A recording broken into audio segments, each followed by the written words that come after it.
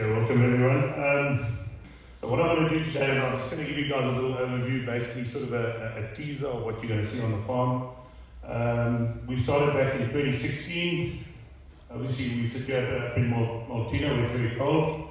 We can drop down to minus 20 degrees. Alright, so this is just a slide of a cultivated land. It could be anywhere in the world, somewhere in the Free State, it could be anywhere.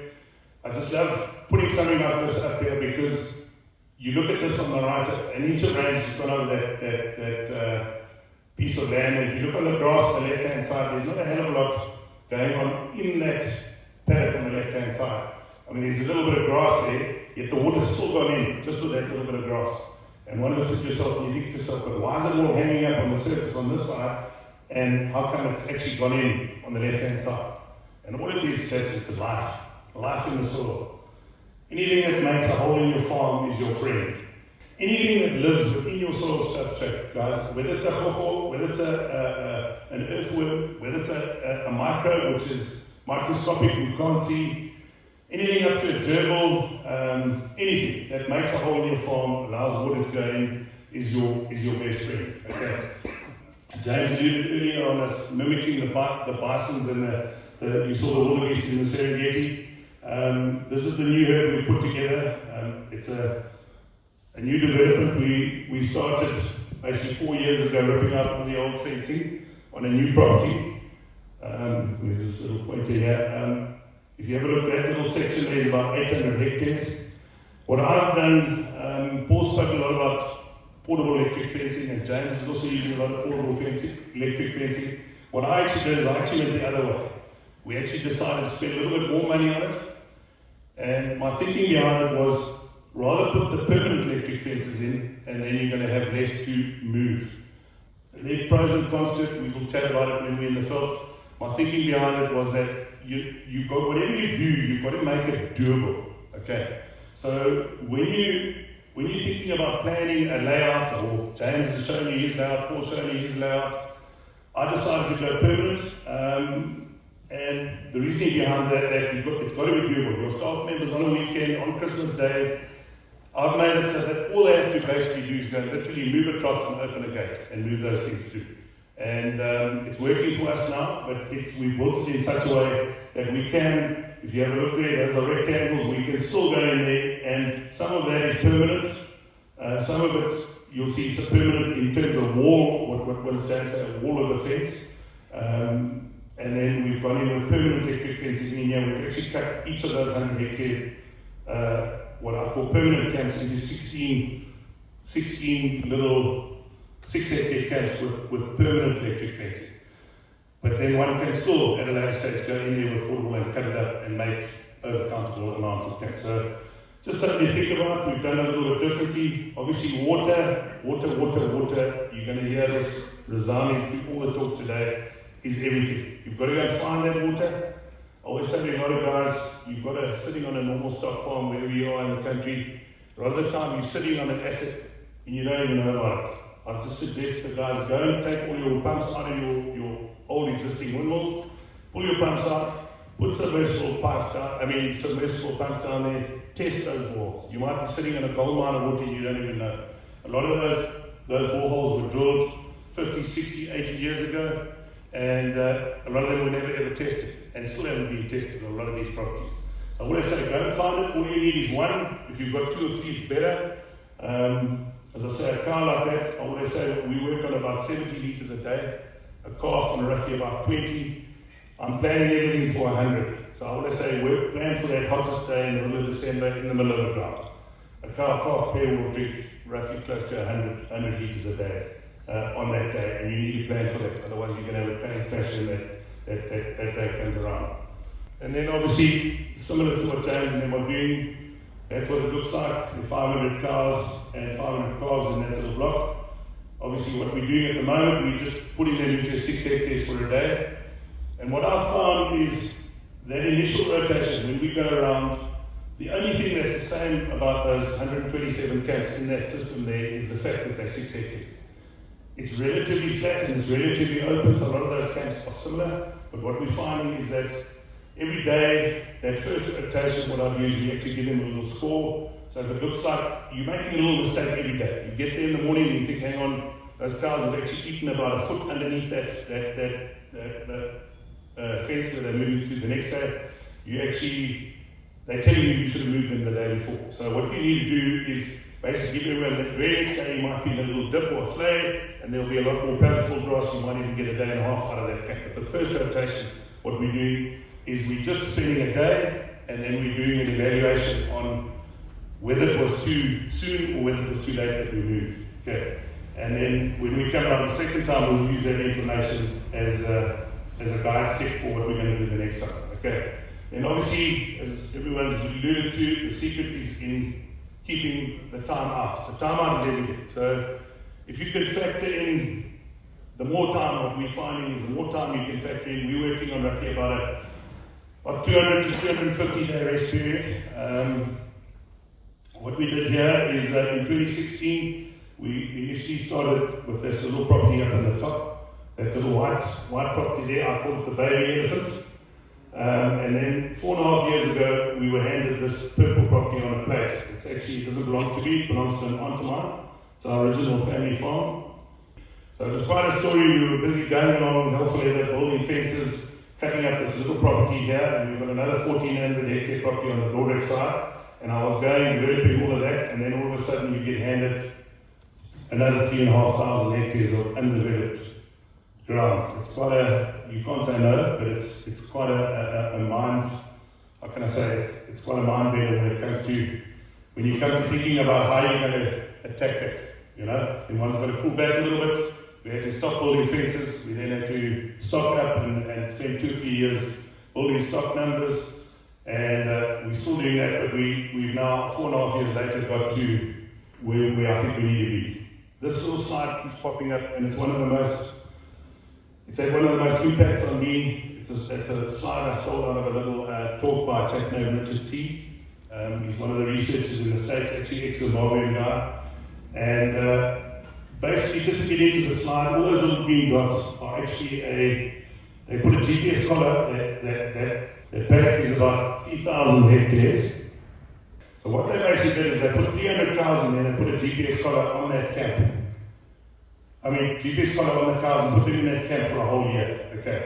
Now if you have a look at the top there, only 39% of that area in a whole year was utilised. 61% of that whole area, the cows didn't even go and put a hoof into. Okay. So they're 41% of the GPS points on 9% of the area. So you can see they just sat on that little flay, palatable area along the watercourse in the middle. Okay. So what I'm trying to say, show with the slide, is that basically, even within those little paddocks that we're making, even within one of James's little strips or one of my little squares, to a large degree, you've still got this going on. Obviously, a lesser degree, but this is what we're trying to basically prevent. Okay. So the little baby elephant in 2016, we literally went in there and we cut that up into 85, roughly 9, the little squares are exactly 9 hectares, they were 300 by 300. And we started, as I say, permanent electric fencing. And then last year, my aunt gave me this purple one. Obviously, you can see our conventional camps in the middle. And as Paul said, and he alluded to, you want to take your best piece and dive into that. So, as James also said, one needs to, you can't pussyfoot around. You need to actually take a bit of a leap. And learning now what we did on that baby elephant at the top, we decided to take a leap. And the fencing, fortunately, on this back section where you see these 4, each of those squares are 100 hectares. We took that and we ripped all the fencing out there, and I used what fencing came off there that we could reuse, and I built 800 hectare camps literally with an alleyway down the middle. And we've now gone in with permanent electric fencing, and we've cut each of those squares into 16 little blocks. And effectively, so now we've got about 127 6-hectare squares in that section. So we started now in December on that. And what I want to say is, when we start, guys, a lot of these properties are going to be conventional. And we're still farming conventionally on a lot of it. You can see that whole middle section, these are all conventional, we're still farming conventionally. But as soon as you get a block like this in, the benefit on the total property overall is massive, even on your conventional case, because of the time that you now gaining, the runway you're gaining basically by utilizing that veld better. Okay, that's just a zoom-in section of the alleyway. This is one of my initial designs, so just to show you on this side here, this is more or less what the conventional camps look like. We ripped all of that out, and I can tell you now, on 800 hectares to go and rip out all that internal fencing, it took 2.5 years. It was a hell of a job. But what I want to say to the guys is it does cost money and it does take time, but don't be overwhelmed. And there's something hugely liberating about taking fencing off a property and starting with a blank slate and then planning it like you want it. Just to show you what we did, and then obviously to get back to water. Water is everything. This was just one of the boreholes we drilled on one of the dikes there. We're getting about 8,000 litres an hour out of that. And then just to give you an idea of what my permanent electric fencing looks like, it's a company called Kiwi Tech from New Zealand. I just went onto the internet and we scoured the internet I looked for probably one of the best it's portable and permanent electric fencing, one of the best designs, and we decided to go with that. It's got an inline spring. You'll see the little spring on this side, and then the opposite end of that looks like that with a little tensioner, but it's not fully tensioned, and the fences, it can jump back into place. It's quite nifty, but we'll look at it when we're on the farm and give you a whole rundown on that. And then, as I say, you see a lot of repeats from James's talk, from Paul's talk. Windmills just don't cut it anymore. These solar-powered submersibles are the only way forward. There's just a little mobile one, just for the little guys that are starting, just start thinking out of the box, how one can actually save money. This is just one of the little ones we came up with. Initially, you could actually move that from borehole to borehole with the stock, chuck that submersible down there, and save you in the beginning having to go and buy, till you had enough money to buy the permanent ones and put them in, you know. Okay, and then obviously it's just important to match that flow rate to the stock. And then obviously black piping, probably one of the best investments you can make on a farm. This was about 15.5 k's we put on that baby elephant at the top in 2016. We've just put in another 16.5 kilometers of, that was 50 mil. The second one we've gone 63. And if I can just say, as James mentioned earlier as well, if you can afford it, go bigger. It's almost unbelievable to think that veld is going to respond as well as it does. And sometimes you can't actually sort of foresee what you're going to need, but you're always going to need more. And obviously within reason, you've got to be able to afford it. And then obviously storage as well. We're putting these 200s, that's a Starbull reservoir. We've got one of these on each of the properties at the moment. And I'm actually with a big bird thinking of putting another one just like that right next door. Literally just as backup and as, peace of mind. If you go to the coast, that'll basically, that's 200,000 litres. It'll be good for a herd of about 250 cows for 2 weeks. Now we've doubled the herd on another one of those, so you only got a week. So I'm thinking of actually putting another one right next door. And then similar sort of design, there's those little 300 by 300 hectare camps with the little red dots are where the trough plugs in. We started with a 25 mil pop-up off that riser. We've actually now we've just ripped them all out and we've put 50 mil a quick coupler in there. You'll see them on the farm when we're there, and then we work with the homemade mobile trough. So each of the herds has got one of these, and then that trough just plugs in at each of those little red dots as you go. So it moves up with the stock every day, and the lick trailer moves up with the stock every day. Okay. Right, just to give you an idea of similar to what we looked like in 2016 before we started. I always call it the tennis court, or this area around the foreground here. This is predominantly a grass called Danthonia purpurea. We call it Haasgras, or there is a bit of quirk in between. But this is typical of what our area looked like prior to starting this in 2016. And then obviously this is a lot of that is your Tritrachi, bit of Panacetum in there. But this is all underutilized moribund grass going over, and right next to it you've got total overgrazing going on just about all over the farm. And this is what we're trying to fix. So we're trying to get that to come up and we're trying to knock that down. Just a nice example of that. Okay, so there's your wonderful Stormberg plower or your Tritrachi dredgia. But that's probably about 5 years old that I've pulled out of one of those old islands. It's not worth very much to anybody. If you look at that, I say, "Carl, you're not going to eat a fruit steak." You can't expect a cow to eat that either. What they want is green growing plants, guys. This is what we've taken it to, so we took that scenario, and now after 6 years what we're finding is we've knocked the tracking down, it's become a far more uniform sward, and we're seeing very exciting things like these little electrotrichal species, which are winter greens coming up in Maltina in that -20 in the middle of winter, and I'll show you a little bit later now what they've done. It's that same electrotrichal that was at the end of the summer in 2022. With all that rain, it literally shot up and got almost halfway up the cow's back. And the beauty is it frosts off at the top, but down below here, still green, and probably one of our most palatable at the moment. Okay.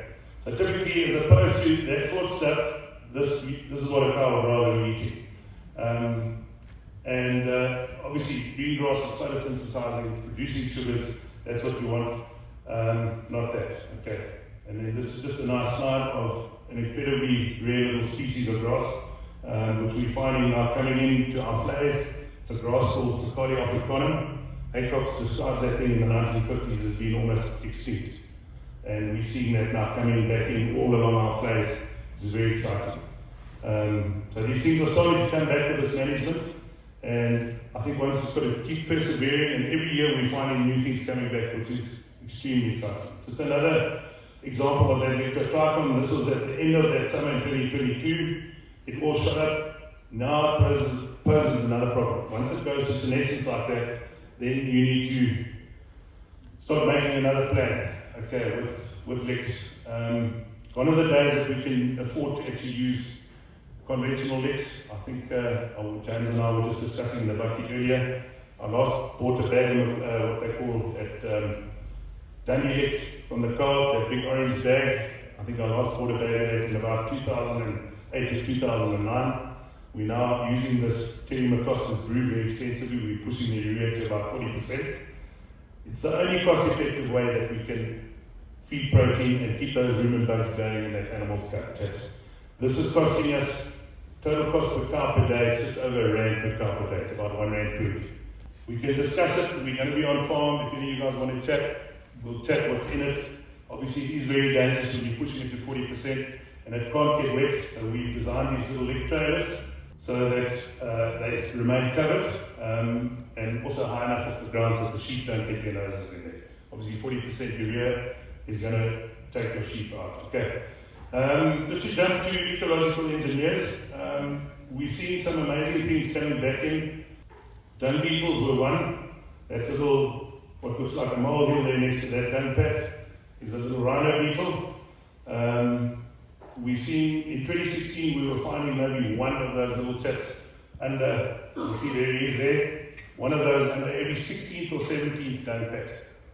By 2022 we were up to probably about 5 or 6 under every single, we were down to about, say 5 or 6 under every dung pat. The most I found was 27 under one dung pile, okay. And what I did in the end of that, well, it was sort of the end of that summer, we actually had an outbreak of gall sickness. Okay? We had an outbreak of gall sickness. And I panicked, and I got the cattle in, and we inoculated them with ivermectin. And the very next day, I went out there, and if I hadn't seen it with my own eyes, I wouldn't have actually believed it. But what had taken us 4 years to get that sort of activity of dung beetles going, I obliterated in one day with one inoculant on that herd of cows. It kills them. Dead. It's taken nearly 4 years, and we only now starting to get back to that sort of level of activity.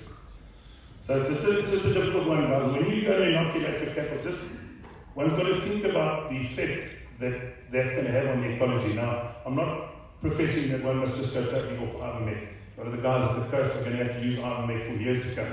You stop using it, you're going to go out of business. But just understand what the effect is. And what we're finding now is that obviously is that it's coming back to where it was. Just to show you, that little tip makes a 2 coin size hole. And if you could picture 27 of those, here's one with about 9 or 10. The most I found was 27, and now your dung distribution in The compacted herd, if you saw that herd earlier, is more like stepping stones. And if you can picture 27 2-rand coin size holes under every dung pad in that thing, and what's an inch of rain going to do when it comes over there? You suddenly start getting the picture. So with IMEC, you're going to kill all of that, you're going to lose all the benefits of that. So one's just got to think, if you're going to do it, rather do it in winter when the dung beetles are more dormant, if you have to. But yeah, it might be worth even actually losing a couple more cows to bore sickness when you think of the overall effect it's going to have on your quality. Okay. This is just another little thing Andy asked me to throw in here. This was right at the beginning when we started on the little baby elephant in 2016. It was just an observation. It's just saying, just to keep your eyes open when you start doing this thing, and just start watching what's going on in nature. Start watching your grasses. Start watching all these things. So this was on that areas that looked like that tennis court that I showed you earlier, with one pass around that thing. And it wasn't even a lot of impact. We only had a herd of 250 go through there. What happened is, this is a little anti, or a little, what we call it, it's a little, you can call it a weed, it's a little pioneer. It's obviously just took hold on that, what we call the tennis court. So that was in February with the green, going into March, April. All of a sudden this whole area was being upended. Okay, and I didn't quite know what was going on. I had an idea, but these huge sand pits started forming, some of them even bigger than this room. And one tends to panic when you see things like this happening, and when you have a drastic change in management, you're going to see some drastic changes. And not all of them are going to be good. This is what I just say to the guys, don't panic. When you see something like this, just stand back, look at it objectively, and think to yourself, what is actually going on here? Okay. All of a sudden, there was a 45 mil hole going into the farm, not just a 2-rand coin size hole. Okay. But literally, they were denuding the vegetation in huge big patches. As I say, some of them the size of this room. What they were targeting, it was actually, you'll see now a little bit later, I'll show you the next slide. They were targeting this little pea-sized corn. So that little, that ank is a little geophyte, and that there is a little corn that grows on its roots. And whatever this thing was literally targeting that, and it was virtually cultivating and upending huge areas of that whole farm. Okay. So I was a bit worried. I went and got some rodent traps from Robbie Stretton, my cousin next door, and I said to the kids, come, let's go and set some traps. We put traps out the first night. There you can see all these little holes going in there. It was quite incredible because that area was initially hardpan, almost like this stage. And what we found was if you stood there, your foot would go in probably about that deep. So whatever was doing this was effectively almost making a beautiful seed bed. And what we found there is Tetrabrantia, a little half-foot gerbil. And what we found, these things are essentially just golden hamsters. So they fill their cheeks with seeds, and they don't like eating crap. They eat the best quality seed that there is. Fill their cheeks with seeds, and they go down that hole, and they go and plant that whole seed bed that they've nicely made for you free of charge. So just to show you, there's the four-wheeler. It was me standing next to the four-wheeler in one of these denuded patches. I mean, that area there is probably nearly at least the size of this auditorium, maybe twice. And you can see the little holes there. You can see these little holes going in all over the place. That was in the middle of June, July that year. And then we had to wait for the rain. That's the exact same spot in February. Boom. And then your ecology starts. So, Cliplot, we literally took it almost down to bare soil. And we then had to take 4 years to get that tripod standing there, increase the door height. But just to show you, well, it took about 6 years to get there, essentially, actually. But this was right at the beginning. But just to show you what can be done if you put your mind to it. Okay. Once you've suddenly got multiple camps or strips, what you can then use, you can utilize this as a tool. And what happens is, the first year we did it by mistake. We speed up that grazing in the summer. The whole idea in summer is what you need to grow grass besides soil and air, you need a blade of grass to grow grass. So what we try and do is, when early growing season starts, and it starts raining, we speed up that rotation. So the whole objective becomes to try and leave as much grass behind you as you possibly can. So whereas you were maybe allocating a camp a day, we'll give them 2 camps a day, or 2 strips a day. And then you actually effectively put your cows on an upward plan in nutrition. And then you can utilize that to your advantage. Effectively give yourself a steering wheel, a brake, and an accelerator on that herd. And by doing that and increasing that plan in nutrition, it forces your cows to basically take the ball in the first cycle. Okay, these are just a couple of pictures in there, just to show you what can be done with a feedlot animal on grass. Okay, thank you very much.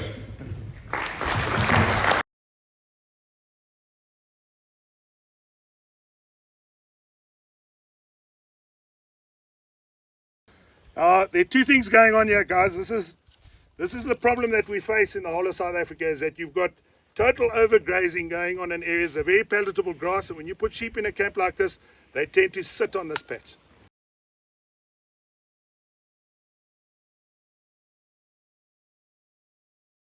But what I want you guys to see is just try and picture this whole area. That's all you got, okay? And then you come here, and you've got the famous Stormberg floodplaat. You'll see this is the Stormberg floodplaat. And even the famous Stormberg floodplaat, you go dig your hand in here, and what have you got? Moribund. We're going to see this herd now.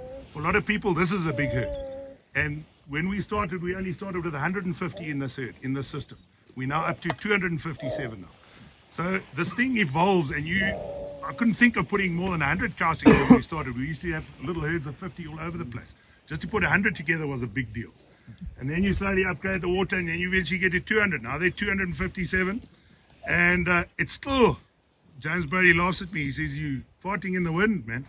So now, Christmas time, we've taken two herds of 250 and put them together, which you're going to see later. And he still told me this morning I'm farting here in Stonewall. So what I want to say to you, it's just, this thing evolves, guys. And I mean, I promise you, it's nerve-wracking putting a big herd like that together. And that's why we go on and on and on about water. Water is everything. You're going to see today, there the reservoir is behind me, up on the little ridge there. So we drilled that. It's giving us about 10,000 litres an hour. Leveled a little place with a, excavator. You need aspect. Get your reservoir up in the aspect. It's a small little 9-panel job with a 32 mil pipe going in there, and that's sustaining that whole herd. It's giving me about, probably about 7.5, 8,000 litres an hour. Pumping from 10 meters. That water's 10 meters down. And we can't beat it. You could put up a bloody center pivot on that. And so that's one we've drilled. A lot of them you don't have to drill. A lot of the guys go and pull your pipes out and go and find that water, guys. You can't. That's where you start, with that water. You can't do anything without water. When you've got the water, then think where we're going to put it next. So this area we're busy planning. It's 11 camps on 875 hectares. We're going to rip all of this out. I'm actually going to put another one of those big reservoirs up on that little plot there, and we're going to pump out of that reservoir, that same windmill that windmill tower in the flay. We're going to put another big solar panel up there, and we will have double, and I can also reticulate water across the road. And we're going to cut this up into probably about 120 squares, like what you're going to see across the road now. And we'll run this in conjunction with that herd, and we'll have 200 camps. On this farm, what we've got almost two totally different biomes. So at the back there, you'll see the windmill on the hill. We're going to go over there. When we finished here, we're going to go over the hill and look at the big herd. From the house, basically going right to the escarpment, we call it the mist belt. You get that southeaster comes up in the evening and the mist rolls in. It's far moister. It's almost like another whole ecosystem going on up there. Whereas these flats, we call the Trachli flats, generally a lot drier. Don't get as much rain and as much moisture as we get over there. So that veld there is a lot higher carrying than what we've got down here. And when we started in 2016, I was bouncing this thing off Dave Quinton. He's one of the fellow farmers who's been doing this for years. Farms just there over that Spitskop. And we were discussing, because I said to him, "Dave, what are we going to start? What size? What do you think?" And he said, "Okay, well, how many?" I said, "No, well, 150. At that stage, he was running a herd of 200, exact same veld type through 7 hectare caps. And we looked at it, and I bought a 4-wheeler with this portable electric fencing from New Zealand, and the portable electric fence was 300 by 300. And Dave said, "Listen, that's 9 hectares. He said, "You give me yourself 2 hectares leeway." He said, "Go 9 hectares. I think that's going to be good." And you've got to make sure those animals got enough food there for a day. And so we went 9, and it's worked very nicely. But we're getting to the stage now where we've got to cut those camps in half. You'll see that grass is actually, we need to go to 4.5 with this herd, or else we need to double the herd. So you've got options. You can either increase the animal numbers, or you can make your camps smaller. So if you have starting off and you haven't got enough animals, you're going to have to make smaller camps, or else one can just jack the water up and make bigger animals and get the similar sort of impact like that. So this is where you got to play with the thing. Okay. Any more questions? So if you had to choose, like hypothetical, that type of veld there or your sour veld up there, and you couldn't choose the other one, which one would you prefer to work it on? You'll see that. you'll see they're very similar in a lot of ways. And the same grasses, what we're seeing, we never used to see these little, so these little electrotrichons, you can see these little special ones coming up here all over, starting to reclaim these little ice grass patches. Those, prior to 2016, we didn't even know they were there because we were coming around too soon and they were getting grazed out. You know, if you only got a 10 camp system or 11 camp system, and you're going with sheep and cattle, you come back too quickly, that thing's gone. So it's looking for 250 to 300 days rest. So what we're finding is you're saying that felt there, the only advantage is a slightly higher cane. That's it. You know, this is sweeter. You'll see. You judge the stock yourself. Okay, so this is a smaller herd. They are old cows, so these calves are bigger. When we go over the top there, they're 250 first-time calvers, so those calves are going to be smaller. It can happen here every day. It's been a learning curve here. All of these guys we've learned together. These guys, I remember when we started here in 2016 and we put these things in here, I always say you got to watch the cows. I said to these guys here, they're going to show you.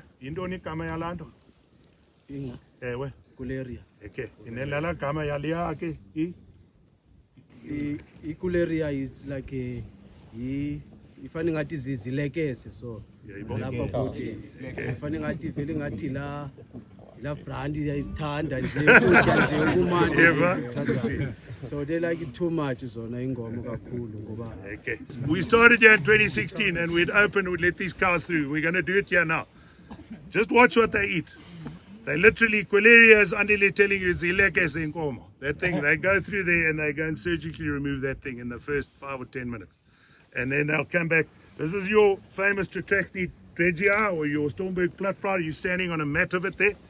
It's a very, very good grass and most people rave about it. I'm not ever going to diss it. But it's what was left here after years and years of neglect and bad management. It's a survivor, if you want to call it that. But what we're looking at, anything that's green here today, chaps, so primarily this one with the white seed is another one called Electrotrichon. Andile is going to find Quileria for you just now. And I think let's do the move and we'll sit where, as they go through, watch where the cows are eating and we'll see what they're extracting. Okay, watch out, the wire is hot. You can stand on it. We can go over. Just careful, it is hot. Actually, I only just changed that probably about a month ago. It was a real bottleneck here. It was fine for up to about 200 cows. Once we started pushing it from 200 to 250, it was a bit of a bottleneck. And so what we've done is we've taken those little risers out, the old irrigation risers out, and we've just put those quick couplers in. So it's 50 going literally straight to the ball valve. It's actually it drops to 40 just there, but a 50 mil HDPE basically going to the ball valve. Okay, they're gonna move the trough.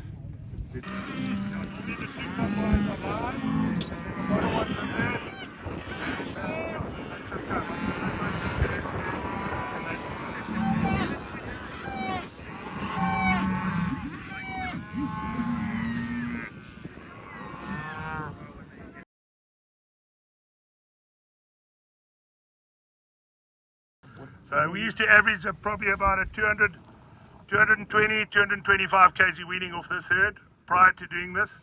We weighed these yesterday. I know they're 2 weeks late. They should have gone 2 weeks ago. But they're at the moment averaging 274 kilos.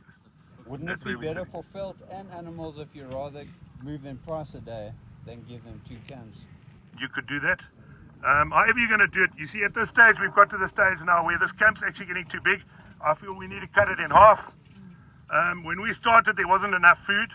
So there was only enough food for them for a day. But like I mentioned earlier, we've got to the stage now where we need to start eating this in 2 bites at least, maybe even 3. As I say, you've got to just get to the point where that's doable. When you see what's going on over the hill, there's a whole lot what one's got to do. We're going to get there. But so this is the little herd. We're going to go and see the big herd just now over the hill. So there's a lot going on. We're getting there. As you'll see, it's a lot to manage. But all I can say is when you've got a system like this, you can use it to your benefit and use it to get those cows to take in that first cycle. And it's very exciting. You know, it can be a bit detrimental. Last year when we started calving with that big herd at the top, we had a whole lot. We were in the middle of that, probably first 3 weeks of September, and we had about a foot of snow. And we had 17 calves that night, and we lost all 17 of them in a foot of snow. So that's one negative of getting them all clapped up. But, you know, that's probably going to be 1 year in 10. Take the knock, the benefit you're going to make over the next 10 years, you know what I mean? Okay, they wanted me to put my stick in. You can already feel walking around here how much softer it is underfoot. So there you go, it's going in about a meter. Okay. When your neighbor says to you, what rain did you get? And you meet him in the co-op on a Friday afternoon, and the whole district's had about 60 mils, and he's bragging because he's had 70, and he asks you how much you had, you just want to say to him, well, I hope I got it all. You just hope it all went in, that's all. It doesn't matter if you've got an ineffective water cycle and you've got bare ground, it's going to run off your farm and it's going to make a big brown sludge down the flay. Whereas if you've got a sponge like this, it's going in, and that's going to be beneficial. So if you'd had early rain, would there have been a difference in height? There would have been. Yeah. How much? So you saw that photograph of my Land Cruiser on the thing. It was actually taken just below that ridge. It was in 2022. This Electro Tricon literally got to about Land Cruiser door. All right, Yeah, so it can change, and that year it shot up after a rain event. And as I say, the other thing is, guys, one wants to try and create cover. If you get on your hands and knees and you have a look at the sponge that you're forming here, just look at the litter component. You have a look here, what the animals have actually trampled onto the ground. So a lot of that dead oxidizing stuff that I showed you back there, you can see there, it's now covering the ground as plant litter. You remember when I said that, James, is the temperature of the soil? Just scratch there with yourself there and feel how cool that soil is there. And if you dig a little bit, you'll see the moisture still there. You know what I mean? And you can still ball it and make a ball. You know what I mean? So it's still moist, and it's still, by keeping it covered, you're keeping your moisture in longer, you're keeping it cooler in the middle of the day, you're keeping it warmer at night, and you're just creating an environment for these plants to flourish. But just look at this here. Just Exactly. look at the earthworm working here.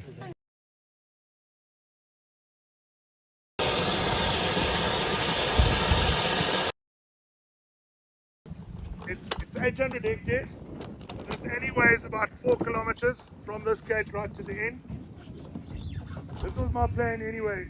The only thing I wished I'd done on that side differently was to have an access. So when you go into that system all the way down the bottom, one's got to start thinking, what happens if a fire comes over a hill? You've got to start thinking of all these eventualities. Just cut the thing exactly in half. So this alley is 20 meters wide by 4 k's long. So it's 8 hectares. Okay. The whole idea was just for access. When you've got to get that big herd home, you don't want to have to sickle. So we get that. Only ever going to be 4 little paddocks away from the alley. So the little paddocks within here, you'll see are. So we've gone smaller here because this is a high carrying felt. Those were 300 by 300. We've got 250 by 250 here. So they're all exactly 6¼ hectares. Okay. But it's fairly similar. Just to give you guys a little bit of background. The camp behind you is about a 33-hectare camp going up to the base of the mountain.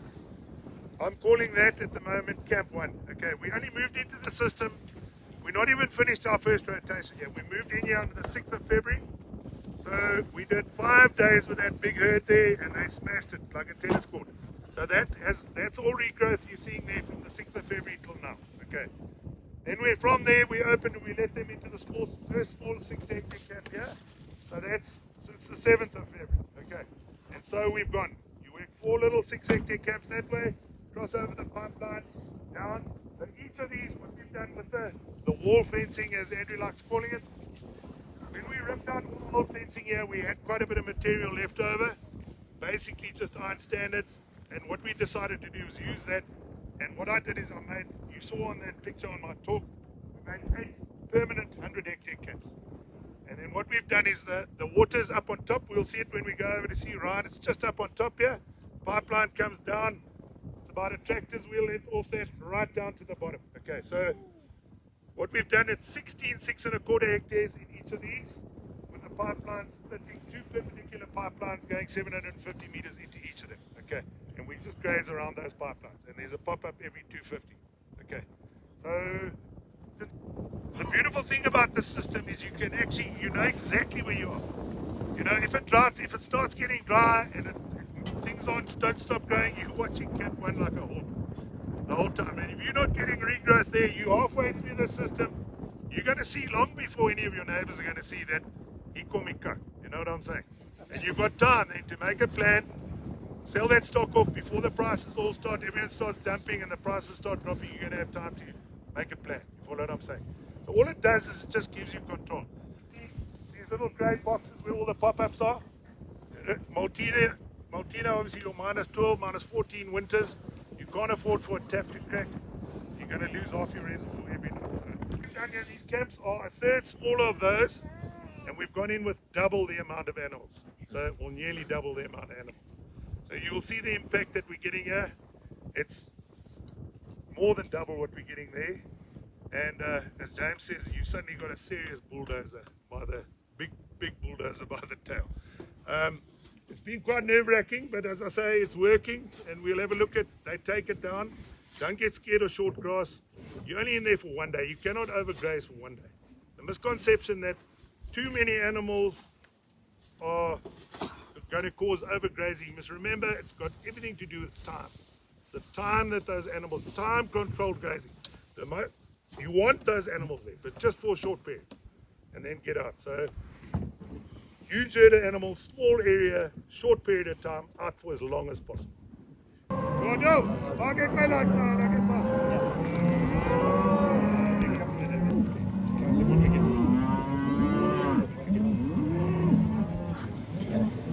What we're doing is I'm putting in 2 parts. Obviously, because it's a bigger herd, there's a bit more traffic jam, and the 2 wires on top are still hot. They quieten down as soon as I go through. They know, they tell. What I want you guys to look at their cut full. These cows are all still fullest. Maybe you can see the dinner plates on the side, they're not battling. As I say, a couple of the cows are smaller than those other ones. Half the herd is first time farmers. And as I say, some of those are, some of the older ones are old cows. As I said, those ones are bought me from Chris. It's as simple as that. And select trailer, take the top up to the top, and Bob's your uncle. They move themselves. It's not a hard job. It's actually very lekker. The whole idea of this, guys, is those unpalatables. The only way there your carpet nut is, your copper wire, they're never going to eat that with their mouth. The only way you're going to get impact is they're going to trample it with their feet. And that's how you're going to do it. Trample it, and if you look, when you go up this corner of this paddock, look across there, what's left there, all that little, they were there probably about 14 days ago. Look what's left. Everyone thinks rooigras is a good grass. Go and look carefully at what's left there. It's carpetnut and rooigras. They don't like eating rooigras. It's amazing. It comes way down on our list. Go and have a look there where they smashed it. What's left? Rooigras. So it's incredible. It shows you what this wintergreen component we're talking about is actually working. Okay, then just to give you some stats on the herd. So this herd at the moment, an average size cow, they say, is normally shitting out about 29 kilos a day. So let's just round it off, call it 30 kilos a day. With the calf, it's calves this big at the moment, probably half that. It's at 15, call it somewhere between 40 and 45 kilos of shit coming out of one of these pairs a day. You're looking at about 20 tons worth of crap coming out of that herd in one day. You're looking at 25,000 liters of liquid urea and 5,000 liters of saliva coming out of their mouths, being deposited on that grass base in one day. All beautifully balanced to make grass grow. So you're getting all that fertilizer concentrated for free. So what I want you guys to look at, we've got lots to chat to. We'll go around where they're going to plug that trough in now and get up to the top end. When we go up, look over the camp that was grazed about a week ago in the top corner and just look at the dung distribution. You can even look over on this side. So in a camp where you're farming conventionally, everything's spread out. What happens is, even in a 100-hectare camp, you'll have a dung pit here, maybe 20 meters over there, another one, maybe 30 meters over there, another one. It's too spread out. So what happens here, all of a sudden, I showed you guys that little dung beetle yesterday. They haven't really kicked in here yet because it's still our first rotation. Give it a year or two, and this is going to be humming. But you remember what I said? If you've got 10 or 15 of those 2 rand coin size holes under each dung pad, and you've got this sort of distribution of shit, what's an inch of rain going to do when it goes in? So you start getting the picture. It's profound stuff, this, chaps, because everyone thinks, well, how the hell is this going to work? You think about how much manure and you're getting it beautifully, evenly trampled down. So we could have perhaps spent another half a day in here. What is our objective here today? When you're here, you're going to move these animals. Are we putting weight on calves? If you ever leave a little bit behind, it's fine. Let them eat some sweets. Are we baiting cows? Remember I said in summer, you have to speed that rotation up. You give them 2 months in summer. As soon as you get to October, November, at lunchtime, move again. You give them double the food. And planned nutrition just does this. You put the bulls in, 70-80% of them take that bull in the first cycle. Just like. And only this can give you that steering wheel, brake and accelerator. Yeah, it's going to be very exciting to see what's going to happen here. We've got a pretty good idea because, as I say, that mist comes rolling over the escarpment here most evenings. So it's a lot moisture here than those flats where we were on the other side. Just think, if somebody said to you guys, you've got an opportunity of doubling your carrying capacity for the price of about 1,500 rands worth of infrastructure cost per hectare. Come on, guys. You don't have to go and buy your neighbour's farm for 10,000 rand a hectare. It's a lot of work, but you do this, you might even buy 2. Well, there you go. There we go. That's a mole. It's okay. Andy, let's go. Where did you find that? Okay, guys, so what I was saying, anything that makes a hole in your farm with women in Andy, let's find a little mole. It's not a gerbil. What I'm saying is anything that makes a hole in your farm, you want to. First year, just to get this thing kicking into gear, you want to try and give it as much rest as you possibly can behind you. And then as it kicks into gear, things just start going exponentially once that ecology kicks in. So as I say, as good as it might look here now, we're only just starting, guys. This is the whole thing. Obviously it's high rainfall, so it looks quite similar to what we saw there. But this, and you're seeing a lot of the same Quellaria and Lictotricon, a lot more rooigrass. You can see a lot more that Thermida. But as I said, look across the way there where they've smashed that camp. What's left there? Thermida. Okay, let's try and stick this thing in here and see what happens. 2 meters. No way. We have only started, it's less, you see. Remember there we were going into about there. So that might not seem not much, but that's a lot, guys, I promise you now. You can see there's still some capped areas in between. Listen there, as good as it is, there's still lots of room for improvement here. And but at least we now know where we are, and the system, instead of staying too long in an area, it's just going to start spiraling up there. So it's going to be very exciting to watch and see what happens. And listen, the other thing is we're going to hit dry years and we may well still have to destock. Wind is a big factor, wind chill and so on. We know that effect on cattle. Do you build that into your grazing planning to hide away from the wind in the winter? Or? That's why I breed with the Angus. And they sit here now, they've got to have a coat of hair on them. Because my cousins rip the hell out of me, those beef master cousins. Yeah. What do you want to farm with Scotty dogs for? This is when you live here, you need a jersey. It's simple as that. They adapted to this environment. One of the ladies here was asking me about Anguses on the coast. It's not the ideal. This is the environment. They're not going to be happy on the coast. It's going to be too wet for them. Right here, and you see now these cattle, look at this. Look at the litter that you're putting down here. That's all unpalatable fraud stuff that's getting trampled on the ground and just making a blanket. Okay, and what we're finding is the following summer, there the little hankies are, and then all your perennials just start growing out of that. It's like somebody's put a blanket. When you put your mulch on your garden, your cattle are going to trample that flat for you, and that's what you want. You don't want bare ground, you want it covered. And obviously there's potential for regrowth, but it'll come. That's the first step. But get the fraud stuff on the ground. The water's there. Correct. So Look at that. that. Yeah, exactly. So 3 weeks ago, look there. 3 weeks ago, it's wet there still. Feel how cool it is there. Cold. What I want to just chat to you guys about is this Makoska brood. Okay, guys? What do you notice here off the bat? How many of you guys are using Full Dundee Lek? Okay, how many of you are using Full Dundee Lek here or Molotech sugar-based products? Okay, so what happens when you use a sugar-based product? I used to use it. When you drive into your camp, what do your cows do when they see your bucky coming? Come running. Correct. They come snorting and cavorting and hurtling towards you because you've got a bucky full of molasses on the back, essentially on the back of your car. What do you see here? Here my staff have just put lick out. They filled the brood trailer. Who's interested in the brood? These guys couldn't give a hoot. Not one of them's even come over here. They'll come wandering over in ones and twos. So what we're doing is we're feeding that urea at a hell of a high concentrate. It's at about 40% there at the moment. We keep it at that year round. It's got seed oil cake balanced with urea, and it's got a bit of zeolite in it. It's quite an expensive ingredient. It's basically volcanic ash.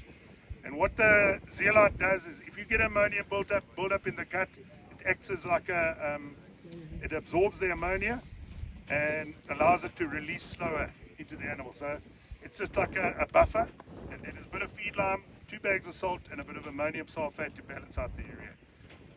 But what happens is, guys, it's quite complicated, but the grass plant, what happens when you start getting diversity in your sward? You heard Andrew talking about some diversity, James talking about diversity. You need as many different grasses going together as possible. And you remember I said to you, what happens is those bacteria live all along the grass roots, and the bacteria are the only things that can extract phosphate, selenium, cobalt, all your trace minerals out of the soil. Those bacteria, so you need as many different species of plant, not just plants, these little wildflowers, forbs, legumes, anything growing together as possible. So what happens is when you've got enough diversity and your roots, your perennial roots are going deep enough, what happens is we tend to overgraze our veld and our roots get shorter and shorter and shorter. So we get to a stage where we're farming and we're mining out perhaps the top 10 or 12 centimeters of our farm. Okay, but just below that, there's a pile of all the stuff that we need. But you need a plant root to be able to go there, to be able to extract, okay, with the right bacteria on its roots to be able to extract it from the soil substrate. And what we're finding is if you've got enough diversity, the thinking is, and Christina Jones and them have proved it, that those plants then are able to extract that stuff that we need. So the only reason we need to supplement all these minerals is because the roots have got shorter and we're literally mining out the top layer of our farm, if that makes any sense. Okay. So when you get to, you're only farming with annuals and you're only farming with 4 or 5 different species of grass, that's what happens. It gets shorter and shorter and then you end up having to supplement everything. That's the problem. But what happens is once this all starts kicking into gear, what we're doing here is we're feeding a winter lick 365, 24/7. What happens now in summer, the intake goes so low, I mean, they're eating probably 40 grams a cow per day of this stuff. So there are 1,000 animals here. Look here, hardly any. Okay, now we're standing here, but they're not looking like wanting to come to this thing. Let's just step back. He's going to start singing there now. You can see the flow rate. That's the kind of flow rate you want for a herd like this. You don't want to play around. What you want. Okay, the other thing I want to show you guys, if you're not going to drink your stock water, don't expect them to drink it. See? There you go. Grab this bucket. Like someone going back to that side.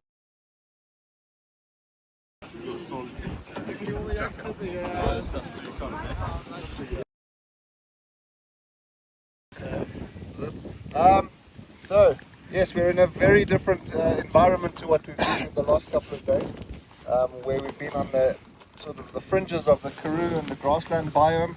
Here we're right in the grassland biome. This is high altitude montane grassland. We're sitting well over 2,000 meters above sea level here.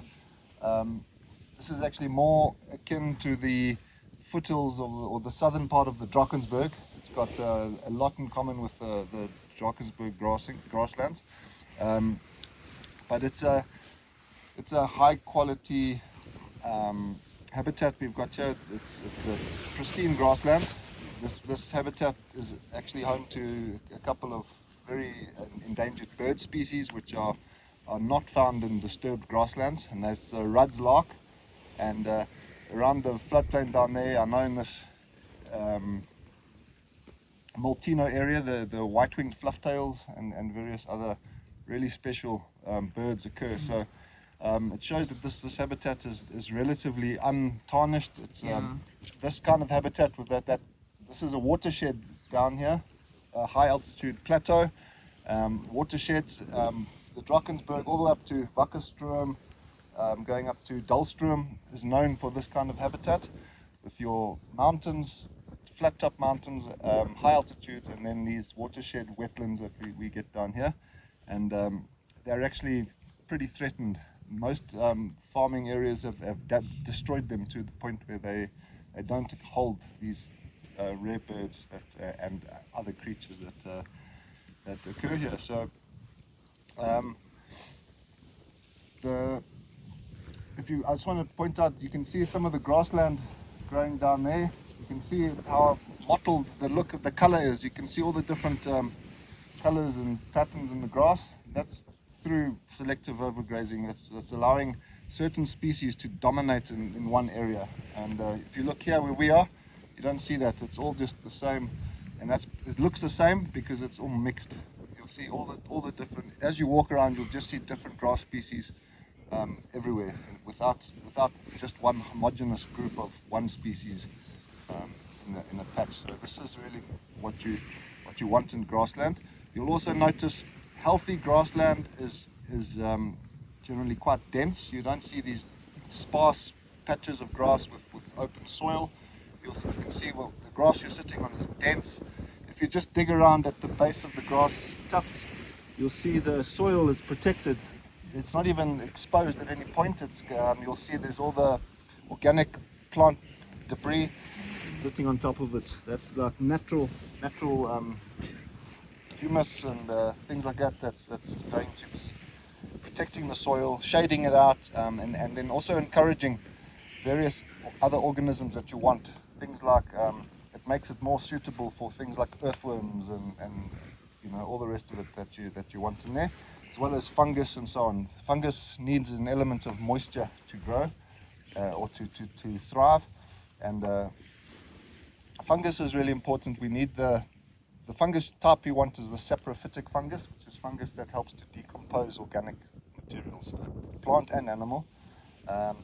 But you'll see a lot of it around here. We'll find some dung pats. In fact, I've got one for you right here that I picked up because I was worried I wasn't going to find it again.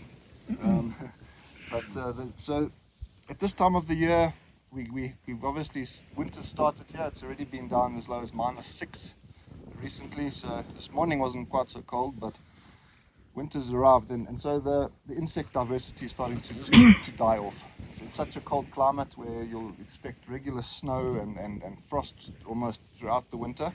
The insect population will start to decline now, and so the roles of things like dung beetles will be taken over by other organisms, and particularly fungus, which will help to break down things like the dung. You want it to break down because if you get too much dung build up on the soil, it actually ends up killing it, and not the soil, the grass. It will end up, just suffocating it all out. So it needs to be broken down, put back into the soil to continue the processes. This is a very interesting saprophytic dung on here, saprophytic fungus on this dung. It's called a bird's nest fungus, and I'll leave it here, or we can pass it around, but you'll see these small little cups with the spores sitting on top of it, and it's called the bird's nest fungus for very obvious reasons. It's a little cup with this large spores sitting inside it, and it really looks like a bird's nest with eggs in it. And when a raindrop falls and it hits that, those little spores actually jump out, and that's how the fungus spreads. But so it's busy doing its work here. Right. Would you say that the fungi are taking the role of the dung beetles in winter? Or not? Because if we consider that there's a large part of this farm grazed in winter, if that dung is not broken down by dung beetles, it's going to end up mummifying and drying out, and then you've lost your opportunity for it to be worked. Yes, but there's other insects also that will start taking over that role Through the winter? Yes, but the reason why dung beetles are the most prominent in the summer months is because dung beetles are conspicuous and they're the most efficient at removing dung. But you do get other organisms, especially termites, that will start doing it. But termites require the dung to have already started to dry out before they can work it. So when the dung's too moist, then it's the role of the fungus to start the process. And once that eventually dries out, then the termites can come in and take it away. But it takes longer. Dung beetles are extremely efficient. They can remove a whole big pile of elephant dung within a day. clear that. All of it's taken underground. Have you noticed that because of the cold, termites operate underground? Yes. And they come up under the dung. Yeah. That's how they can access it. So your underground dwellers are going to be processing your dung in winter. That's right. And the microbiology, not just the stuff we can see. Yeah. And the fungus is the stuff, the microbiology that we can see, but there's also other microbiology. Yeah. We've been digging around some of the ones in the last group we were digging around, and we found like mealworms inside there. Mealworms are actually the larvae of certain beetles. So there's a lot of insects activity happening in there. And it's also a warmer environment in this cold climate now. Inside the dung pile, it's kind of sheltered and warmed up, so the insects coming out in from underneath are able to then work and do their thing as they need to. So the dung will get taken away out of a healthy habitat like this, but without the dung beetles, it'll just take a little bit longer. Okay. Ryan, can I ask if you don't know, maybe Rowan's men can tell us when last was this burnt, this ground? Burnt? No. Many years. Many years. So 5